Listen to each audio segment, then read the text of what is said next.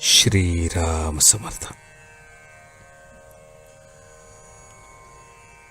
नियम थोडा करावा पण तो शाश्वताचा असावा. ज्या झाडाची वाढ व्हावी असे आपल्याला वाटते त्या झाडाला आपण पाणी घालतो, त्याची मशागत करतो, त्या झाडाकडे जास्त लक्ष पुरवतो.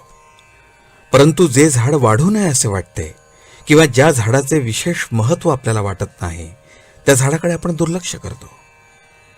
तसे जेणेकरून परमेश्वराच्या ठिकाणी बुद्धी स्थिर होईल त्याची जोपासना करावी. देहाकडे, विचारांकडे, विषयांकडे दुर्लक्ष करावे, म्हणजे आपोआपच त्यांचा विसर पडेल. ज्याप्रमाणे एखाद्या झाडाची जोपासना करताना त्याला गुराढोरांनी खाऊ नये म्हणून त्याच्या भोवती कुंपण घालावे लागते, त्याप्रमाणे परमार्थ हा खरा कुंपणातच ठेवावा. तो जितका गुप्त राहील तितका चांगला. त्याचे प्रदर्शन झाले तर त्याला दृष्ट लागते. म्हणून परमार्थ हा कोणाच्या नकळत परंतु अत्यंत आवडीने करावा. झाड लावल्यावर ते किती वाढले आहे हे कुणी रोज उकरून पाहत नाही. त्याप्रमाणे अनुभवाच्या, प्रचितीच्या मागे लागू नका, त्यामुळे प्रगती खुंटेल. हट्टी आणि व्यसनी माणसे एका दृष्टीने मला आवडतात, कारण त्यांचा हट्ट भगवंताच्या मार्गाला लावला की झाले. परमार्थात नियम थोडाच करावा पण तो शाश्वताचा असावा, म्हणजे जेणेकरून भगवंताचे प्रेम लागेल याबद्दलचा असावा आणि तो प्राणाबरोबर सांभाळावा. जे अत्यंत थोर भाग्याचे असतात त्यांनाच ध्यानमार्ग साधतो.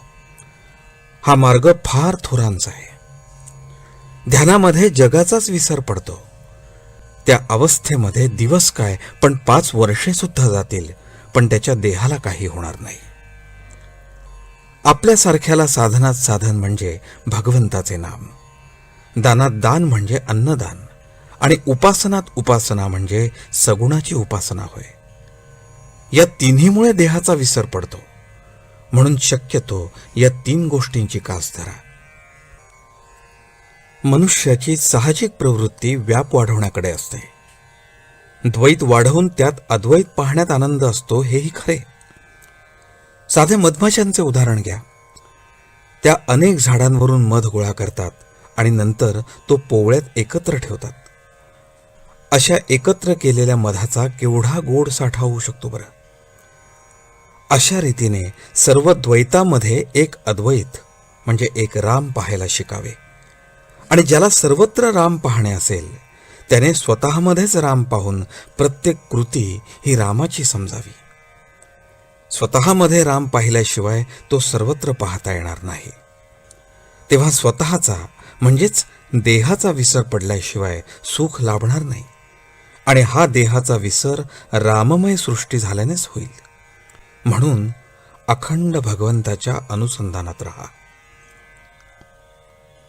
आजचे बोधवचन. परमार्थाला अगदी स्वतःपासून सुरुवात करायची असते.